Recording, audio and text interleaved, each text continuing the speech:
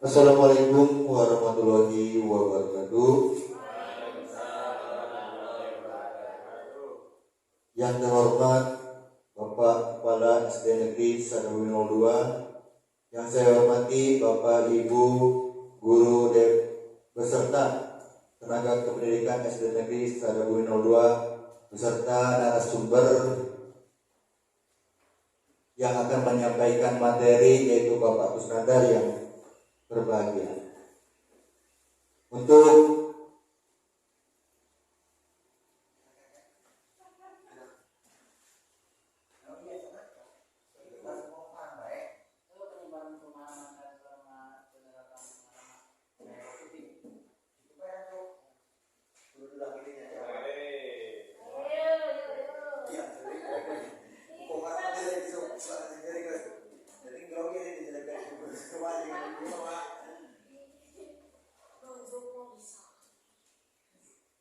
Assalamualaikum warahmatullahi wabarakatuh.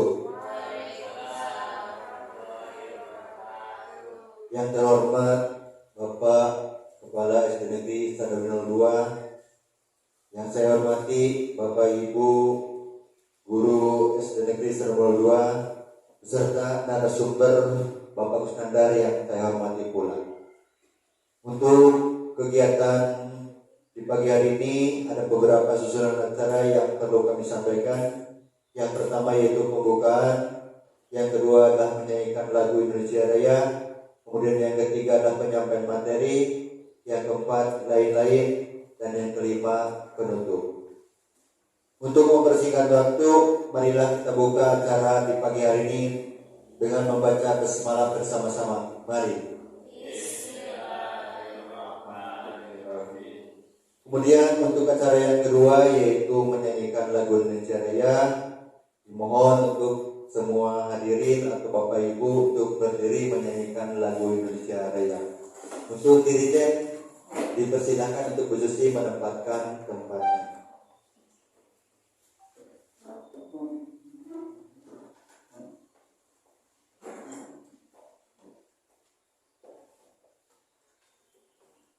Hiduplah Indonesia Raya. Indonesia tanah airku, tanah tumpah darahku. Di sanalah aku berdiri, jadi padu hidupku. Indonesia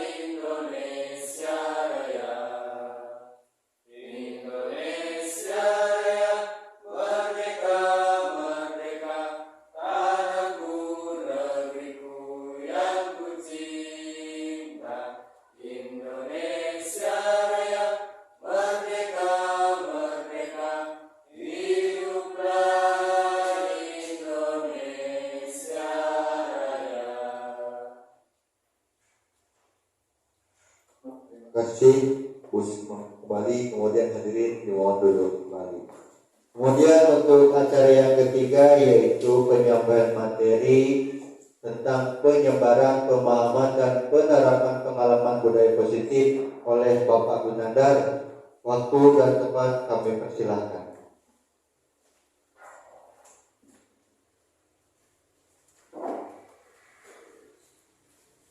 Assalamualaikum warahmatullahi wabarakatuh. Alhamdulillah. Assalamualaikum warahmatullahi wabarakatuh.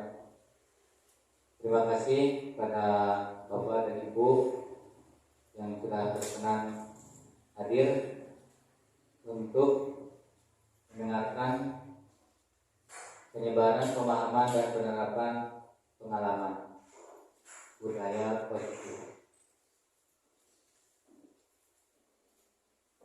Menyebarkan dan penerapan pengalaman budaya positif ini adalah tugas modul 1.4.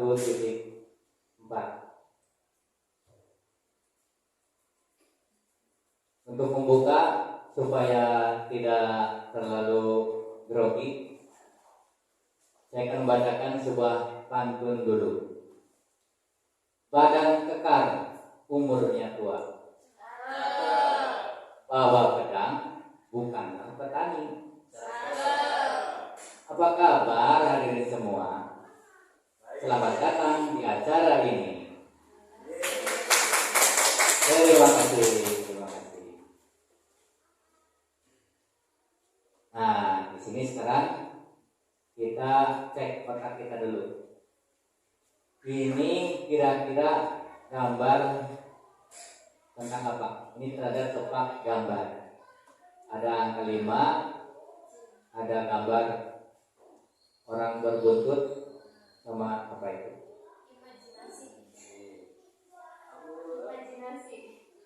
Imajinasi. Katanya imajinasi, tepat sekali mungkin. Coba.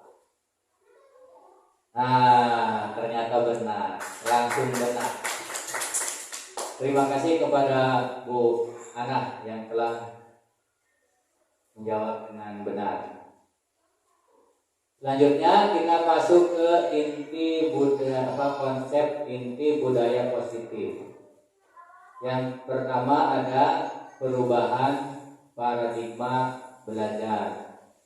Ada disiplin positif, nilai-nilai kebajikan, kebutuhan dasar manusia, motivasi perilaku manusia, posisi kontrol guru, keyakinan kelas, dan segitiga restitusi.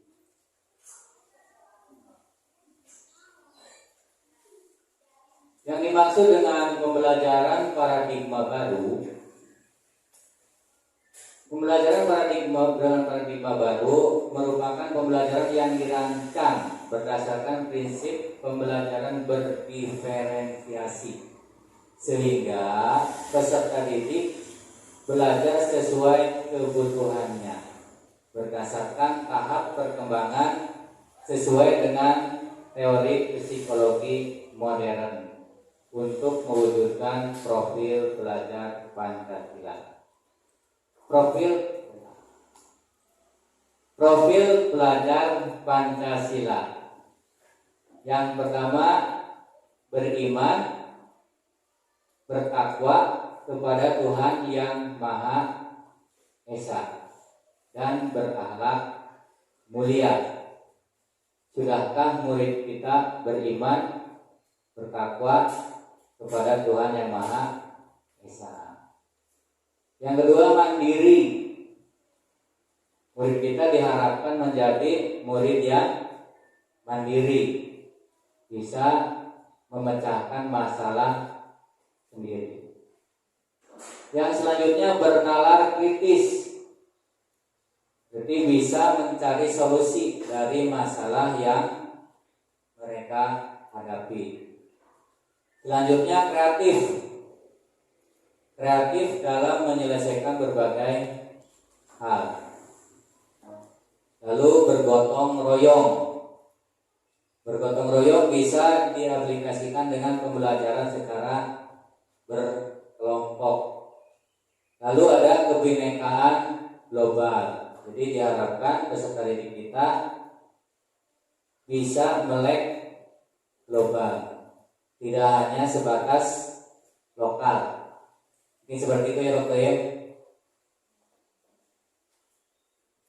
Miskonsepsi tentang teori kontrol. ilusi guru mengontrol murid, yang pertama. Yang kedua, ilusi bahwa semua penguatan positif efektif dan bermanfaat. Lalu ilusi bahwa kritik dan membuat rasa bersalah mampu menguatkan karakter. Ilusi bahwa orang dewasa berhak memaksa.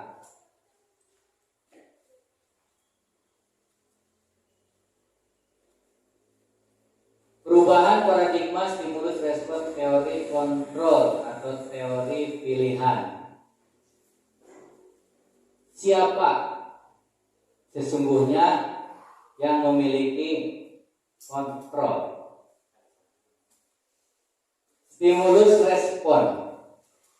Kita mencoba mengubah agar berpandangan sama dengan kita. Teori kontrolnya, kita berusaha memahami pandangan orang lain tentang dunia. Perilaku buruk dilihat sebagai suatu kesalahan. Teori kontrolnya, semua perilaku memiliki tujuan. Orang lain bisa mengontrol saya. Teori kontrolnya, hanya Anda yang bisa mengontrol diri Anda, bukan orang lain. Saya bisa mengontrol orang lain. Teori kontrolnya, Anda tidak bisa mengontrol orang lain. Pemaksaan ada pada saat bujukan gagal. Ketika kita membujuk gagal, maka kita paksa peserta didik.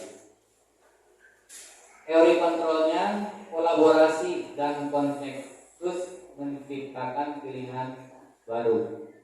Jadi setiap soal itu pasti ada jawabannya. Kita tidak, jadi jangan buru-buru menyalahkan seperti itu. Sebagai guru kita harus benar-benar mengerti keinginan peserta didik. Model berpikir menang atau kalah. Teori kontrol, model berpikir menang-menang.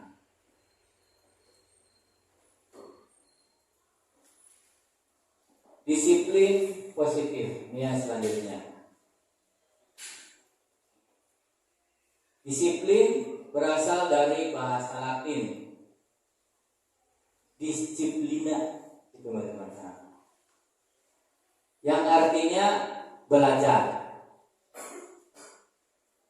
Maka asal dari kata ini berkonotasi dengan disiplin dari diri murid-murid Sokrates dan Plato. Cek Sokrates dan Plato, itu. Disiplin diri membuat orang menggali potensinya menuju sebuah tujuan. Apa yang dia hargai.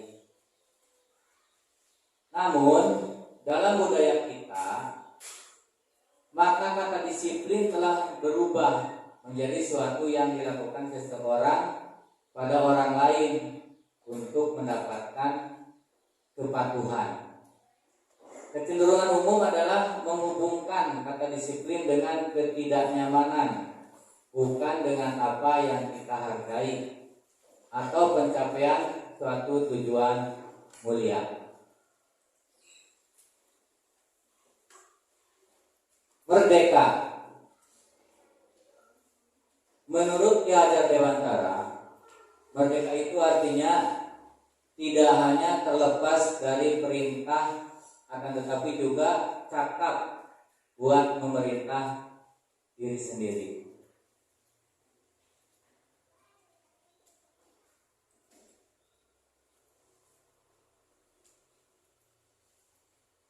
Selanjutnya ada nilai-nilai kebajikan. Nilai yang disepakati bersama lepas dari suku, bangsa, agama maupun latar belakangnya. Profil pelajar Pancasila. Yang pertama, beriman, bertakwa kepada Tuhan yang Maha Esa, dan berakhlak mulia. Mandiri, bernalar kritis, berkebinekaan global, bergotong royong, dan kreatif. Setiap perilaku atau perubahan memiliki suatu tujuan. Dr. William Glasser pada teori kontrol 1984. Dengan mengaitkan nilai kebajikan yang diyakini seseorang, maka motivasi intrinsiknya akan terbangun sehingga menggerakkan motivasi dari dalam untuk dapat mencapai tujuan mulia yang diinginkan. Itu dari Diane Gosen 1981.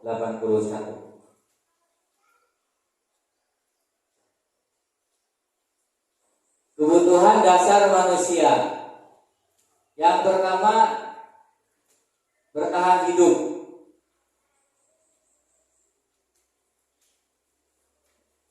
Bertahan hidup.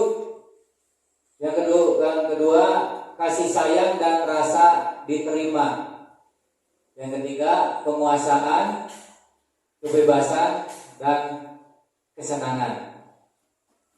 Bertahan hidup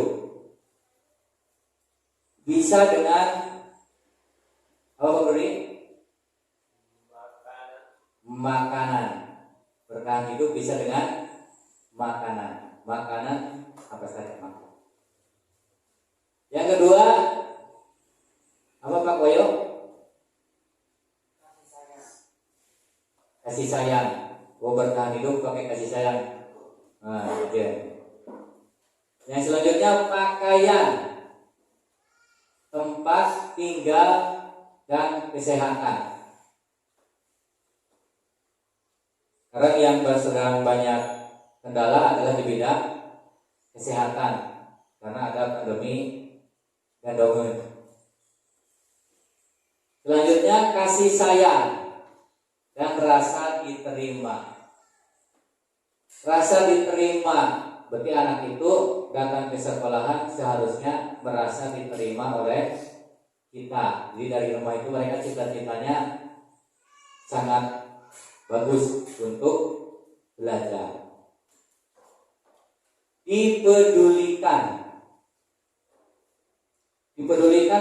oleh kita sebagai pengajar. Kita peduli sekecil apapun tindakan mereka kita hargai. Kerjasama, menjadi bagian dalam kelompok.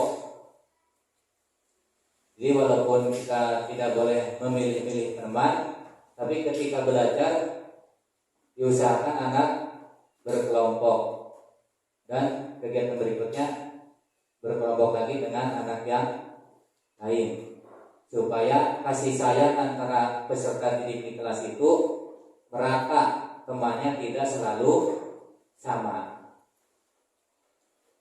Selanjutnya, penguasaan, yaitu ada harga diri. Setiap orang itu punya harga diri, punya gengsi. Jadi tidak mau direndahkan oleh orang lain. Keinginan untuk dianggap. Kita bisa lihat dari anak yang,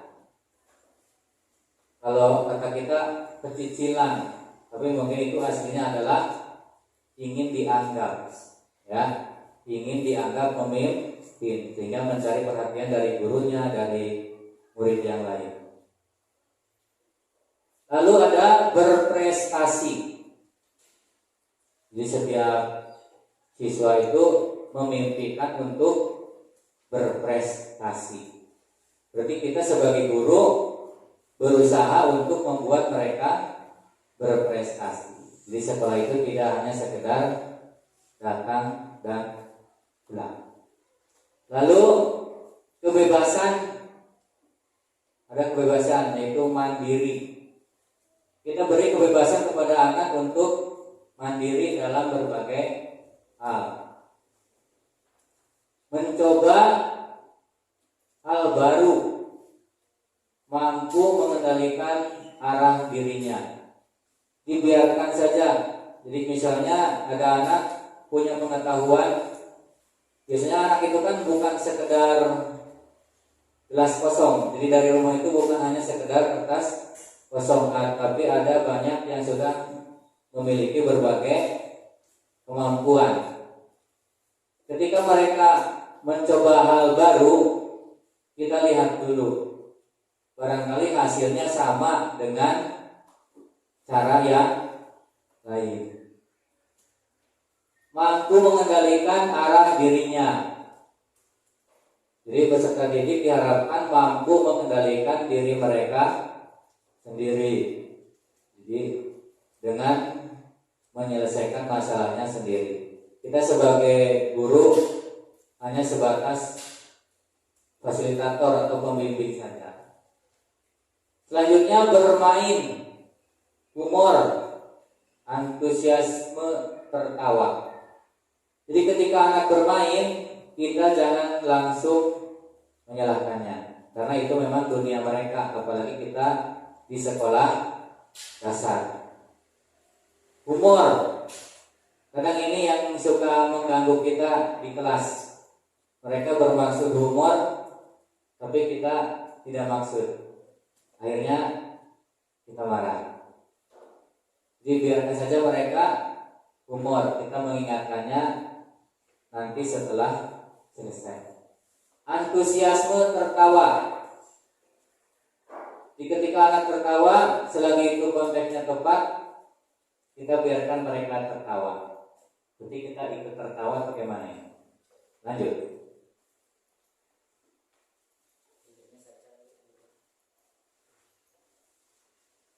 Selanjutnya motivasi eksternal.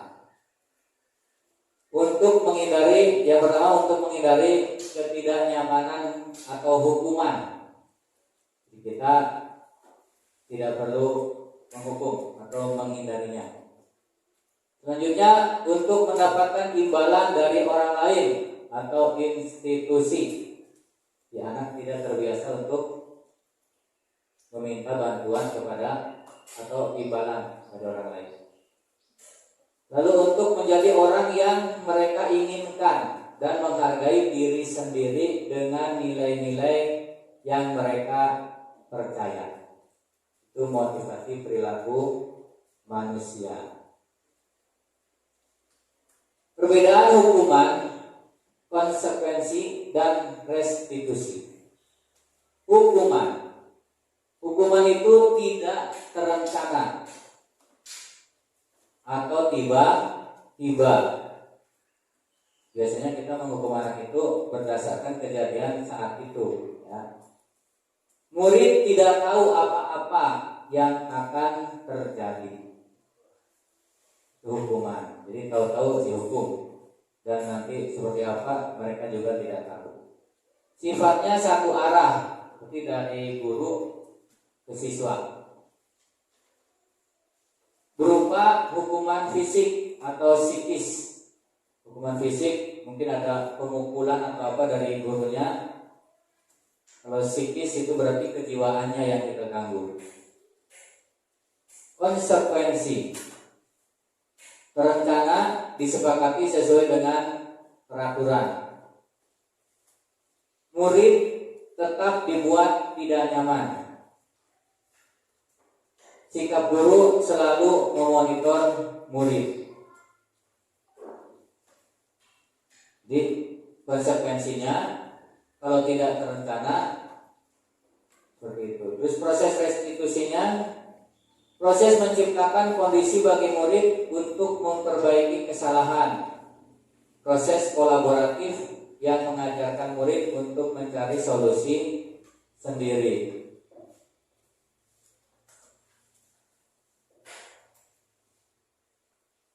Posisi kontrol guru.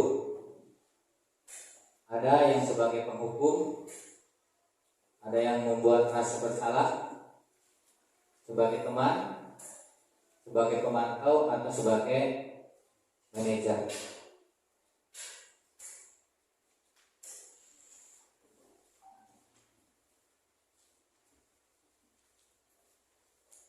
Nah, ini contohnya.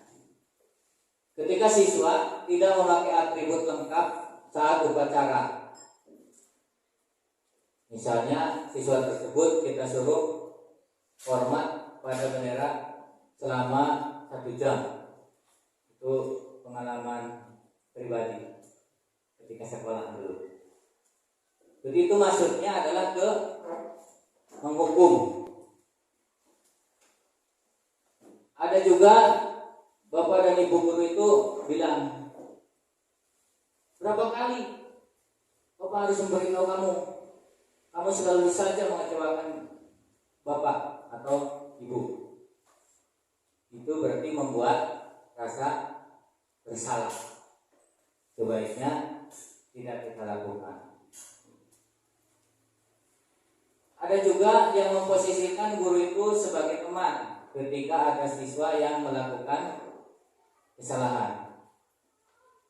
Kesalahan tersebut kita dekati, lalu kita bilang, ayo dong ikuti aturan sekolah, tolong bantu bapak atau ibu ya, sekali ini saja. Ya sudah, tidak apa-apa, lain kali jangan sampai berbuat seperti ini lagi ya. Berarti kita memposisikan diri sebagai teman. Kalau ada anak membuat kesalahan, kita dekati, bukan langsung dihardik atau dihukum. Mungkin bapak dan ibu di sini pernah melakukan atau menemui hal tersebut. Ada juga sebagai pemantau. Kamu sudah melanggar peraturan sekolah. Kamu tahu konsekuensinya. Setelah acara, kamu beli atributnya ke koperasi dan jangan diulangi lagi. Berarti itu langsung sebagai pemantau, kita tahu ada peserta didik yang bajunya kurang lengkap, kita dekati, lalu kita suruh untuk membeli ke koperasi. Kira-kira bapak dan ibu di sini sependapat atau tidak dengan hal tersebut? Selanjutnya siswa atau guru sebagai manajer. Apakah kamu tahu kesalahanmu? Kira-kira bagaimana kamu memperbaiki kesalahanmu? Nah, dari kelima posisi kontrol tadi, saya ingin bertanya, boleh ya, supaya tidak baku. Coba saya tanya ke Pak Rudi dulu. Dari kelima tadi, yang cocok Pak Rudi yang biasa dipakai yang mana? Yang biasa dipakai karena saya di kelas rendah biasanya memakai penerapan perilaku teman dan memantau. Ya, terima kasih buat Pak Rudi, tepuk tangan. Oke, enak nanya dari Kak Bu Wida supaya tidak ngantuk. Coba kalau Bu Wida pengalamannya di kelas berapa mengajarnya?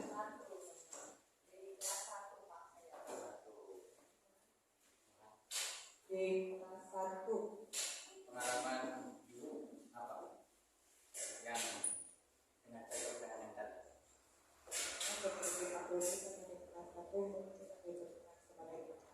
Sebagai teman ya. Ya berarti sudah bagus. Kalau saya kadang-kadang sebagai penghukum.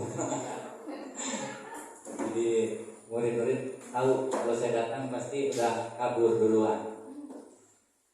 Kalau Bu Ana mungkin sebagai teman ya, atau sebagai manajer. Pak Tohib, bagaimana pengalamannya sebagai kakak seringnya? Kalau misal saya jelas saya belajar di kelas 5 sebagai teman itu Bapak. Kenapa? Karena biasanya anak itu cenderung lebih bisa dikatakan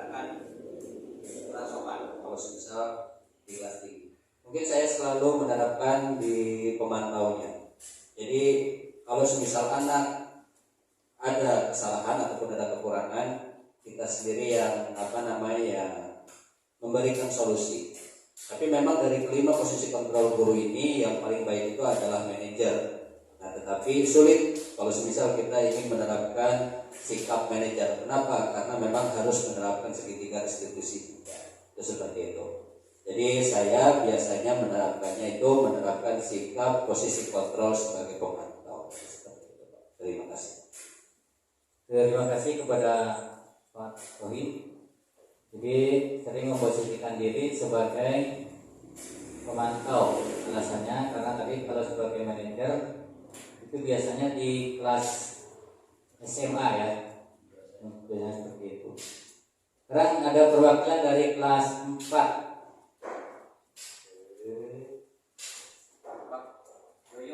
Pak Yoyo, benar.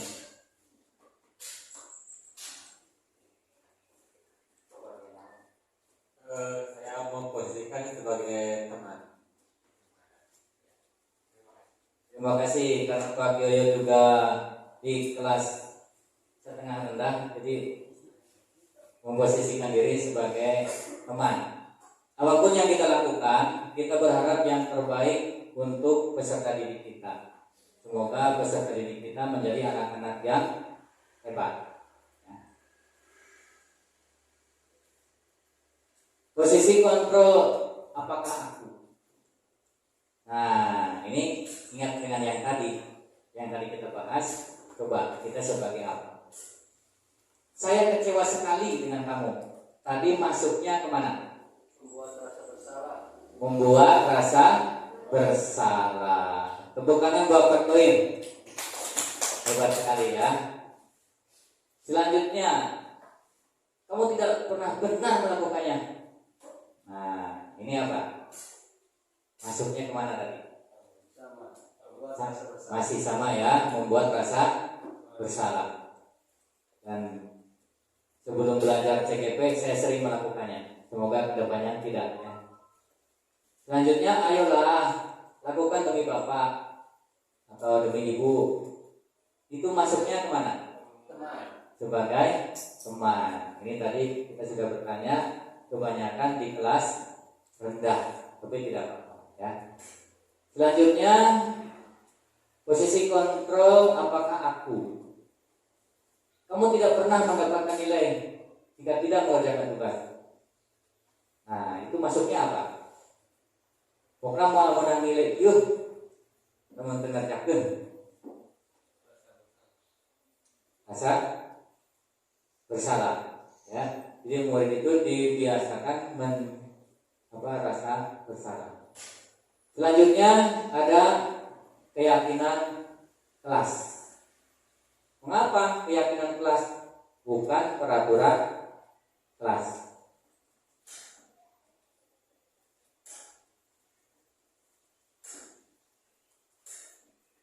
Kalau keyakinan kelas, berarti kita sudah sepakat dengan peserta didik. Tapi kalau peraturan kelas biasanya dibuat oleh guru dan untuk dipatuhi murid. Seperti itu ya, Pak. Nah, sekarang untuk kedepannya kita akan dibiasakan membuat keyakinan kelas. Yang pertama bersifat abstrak. Yang kedua berupa pertanyaan universal. Universal itu berarti ke seluruh peserta didik ya, Pak. Jadi peserta didik itu ditanya satu per satu apa yang akan dilakukan di kelas tersebut. Selanjutnya dibuat pertanyaan dalam pertanyaan positif. Jadi tidak ada kata-kata negatif. Peserta didik dibiasakan untuk berkata yang positif. Jadi tidak ada kata-kata menghukum dan lain sebagainya, tidak ada. Cari kata-kata yang baik-baik. Selanjutnya sedikit saja agar mudah diingat. Jadi jangan terlalu panjang. Selanjutnya sesuai dengan kondisi kelas dan sekolah sehingga mudah diterapkan. Kalau di kelas rendah ya berarti sesuai dengan kelas rendah. Kalau kelas tinggi berarti disesuaikan dengan kelas tinggi.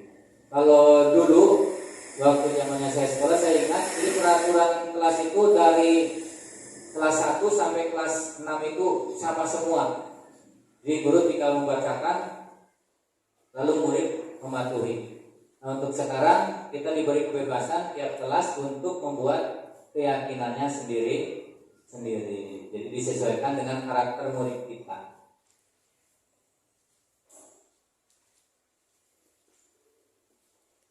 Ketika merancang atau tindakan keyakinan kelas, saya telah bersosialisasi kepada warga sekolah. Di antaranya adalah para guru, ada juga wali murid walaupun dari sekedar WA.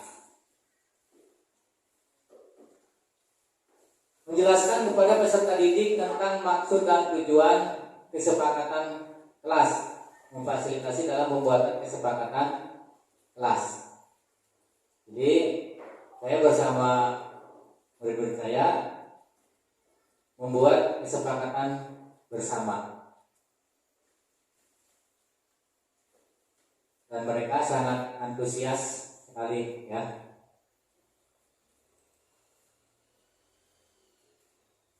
Selanjutnya guru mencetak, jadi saya mencetak hasil dari keyakinan kelas yang telah dibuat dari kegiatan tadi, menempelkannya di kelas dan di luar kelas.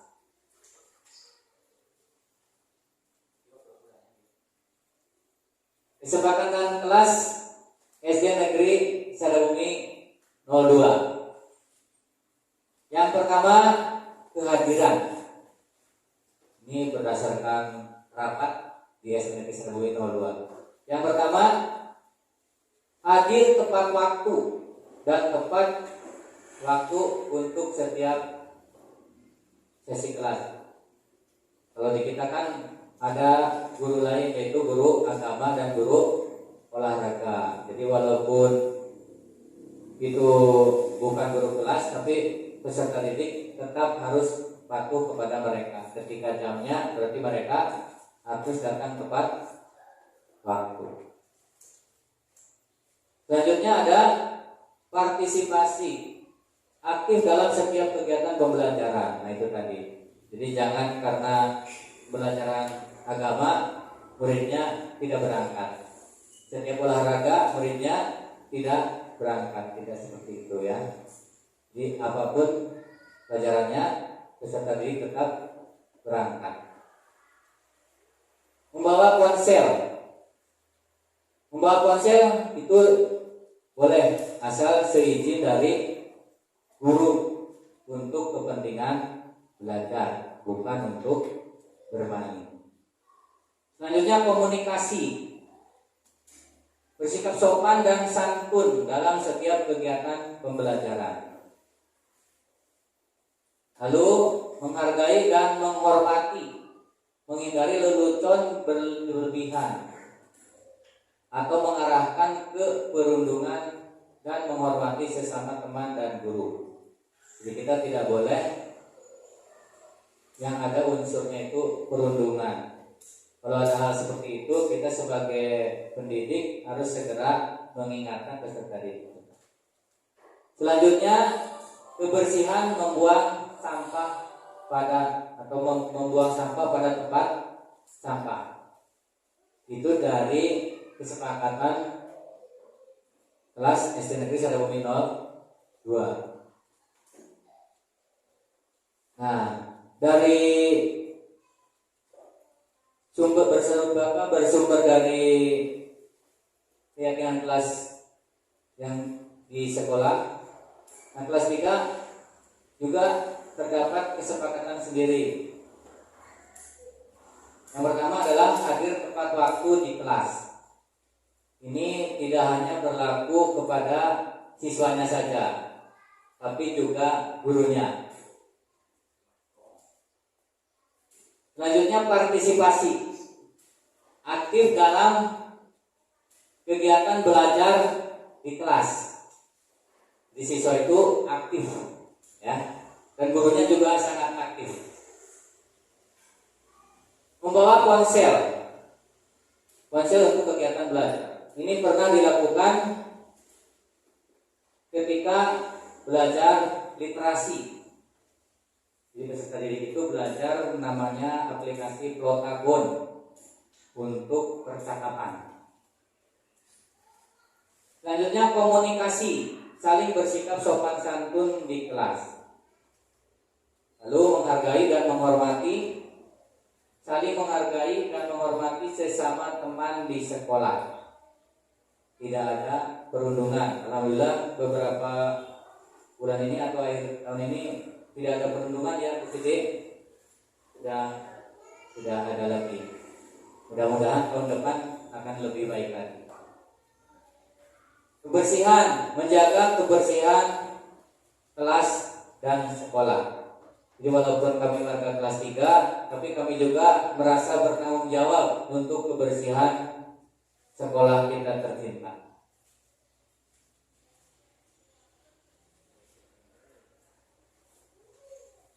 Nah, kita sekarang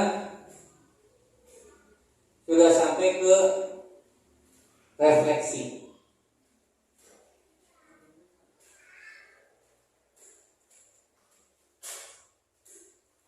Untuk kegiatan refleksi ini ada beberapa pertanyaan. Nah, nanti saya akan membagikan ini. Membagikan apa yang namanya Pak Boy? Sticky note. Nah, apa-apa yang kita dapatkan hari ini nanti kita akan bahas bersama-sama. Barangkali ada pengalaman sendiri.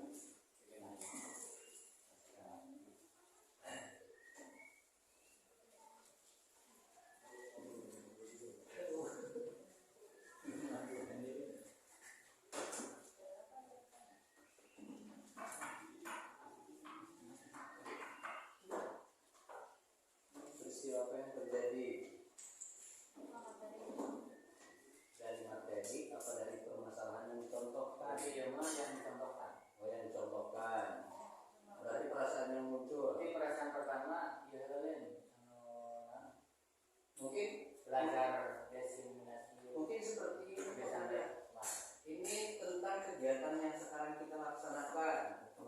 Nah, peristiwa apa yang terjadi berarti pemaparan ataupun diseminasi pemaparan budaya positif. Perasaannya berarti kan perasaan kami. Terus betul. Pembelajaran apa yang bisa diambil dari pemaparan yang Pak Nadar sudah laksanakan? Apa saja?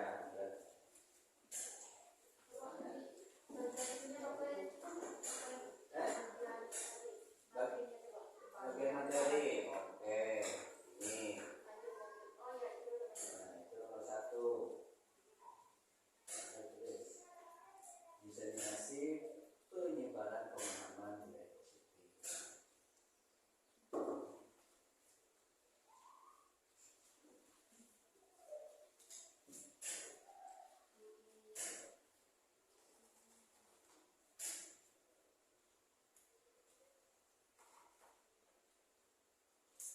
Ya. Mungkin satu sticky note, satu jawaban, mungkin seperti itu Pak Kendar. Boleh seperti itu. Boleh satu sticky note, satu jawaban boleh. Terus yang kedua,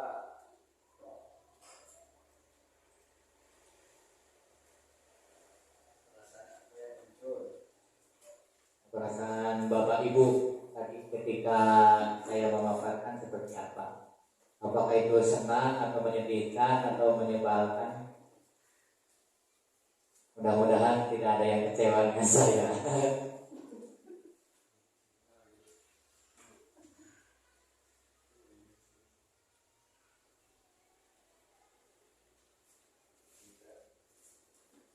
Apakah Bapak Ibu itu dapat ilmu baru? Itu nanti di slide ke poin ketiga.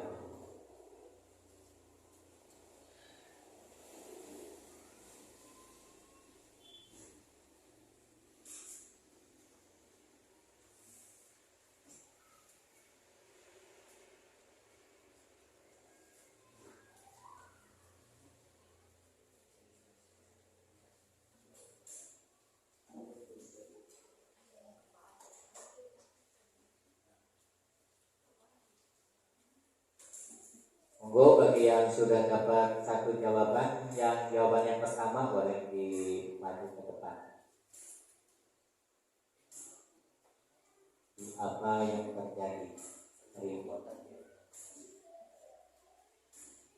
Untuk yang kedua itu bagaimana perasaan Bapak Ibu setelah kegiatan tadi?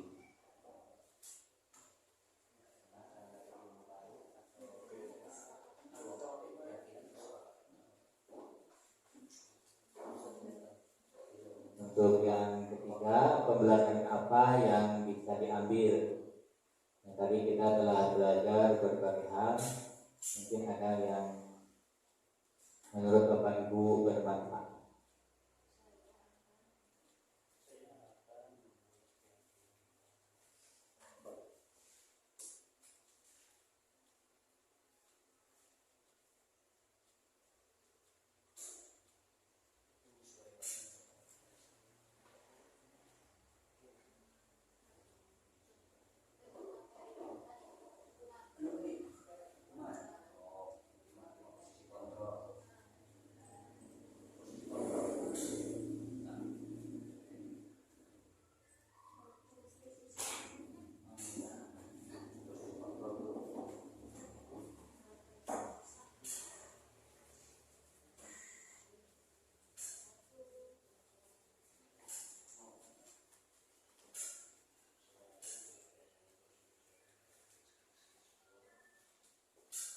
Terima kasih, ini sudah semangat sekali sepertinya.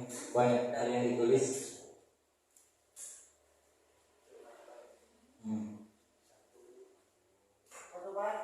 Ya, siap. Dari Pak Boyo, monggo. Di sini saja. Boleh. Kalau ada yang nomor satu aja dulu. Ya, nomor satu dulu semua boleh. Nanti ya.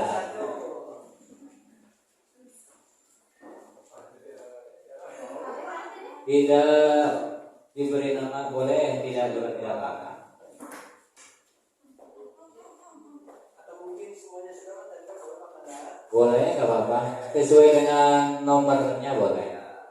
Nanti nomor 2, nomor 3, nomor 4 apa-apa. Tidak apa-apa Bu. Tidak apa-apa. Terima kasih sudah berpartisipasi. Untuk jawaban yang pertama kita refleksikan. Ada katanya dari peristiwa yang terjadi itu belajar tentang pemahaman budaya positif. Ya, ini hampir semuanya sama. Ada juga katanya belajar P5. Ada juga yang menjawab segitiga restitusi. Oh, sangat bervariasi sekali. Ada juga yang menjawab apa ini? Nah, katanya tadi belajar tentang cara menghadapi anak yang bermasalah, katanya ini ada juga. Untuk poin kedua, perasaannya boleh silakan. Atau mungkin ada yang punya perasaan lain untuk saya. Ya, terima kasih. Perasaan yang muncul katanya senang karena dapat ilmu-ilmu baru.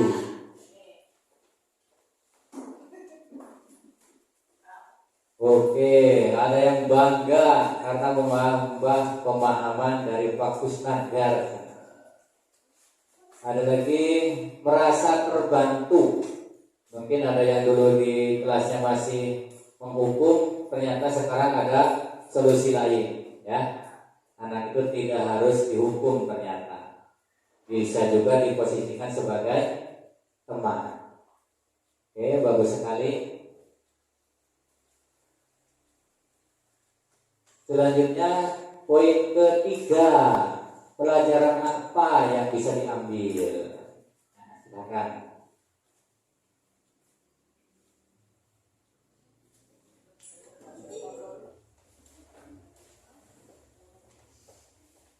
Terima kasih Bu Susi. Terima kasih.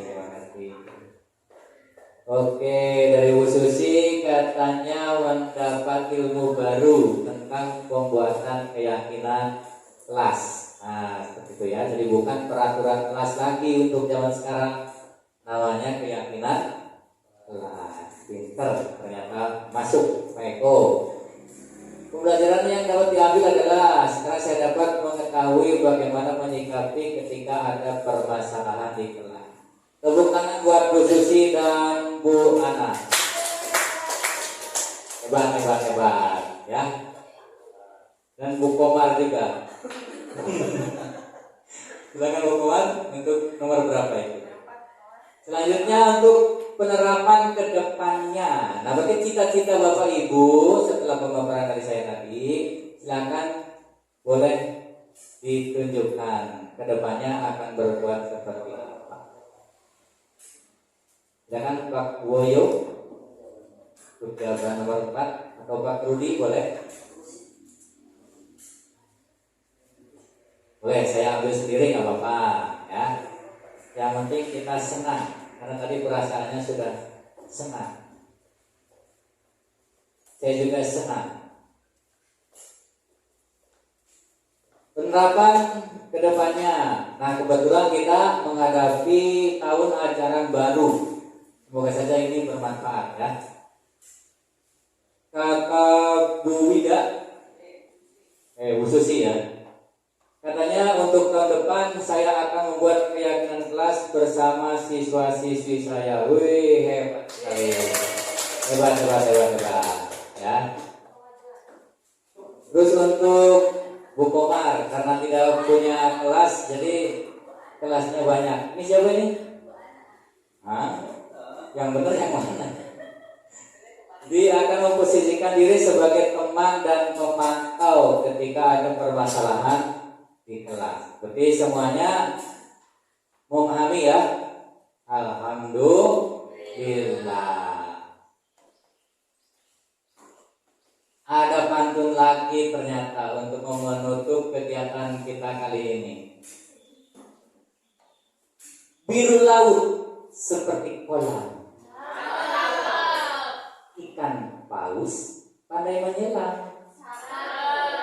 Dari lubuk hati yang paling dalam, saya tutup presentasi dengan salam. Assalamualaikum warahmatullahi wabarakatuh.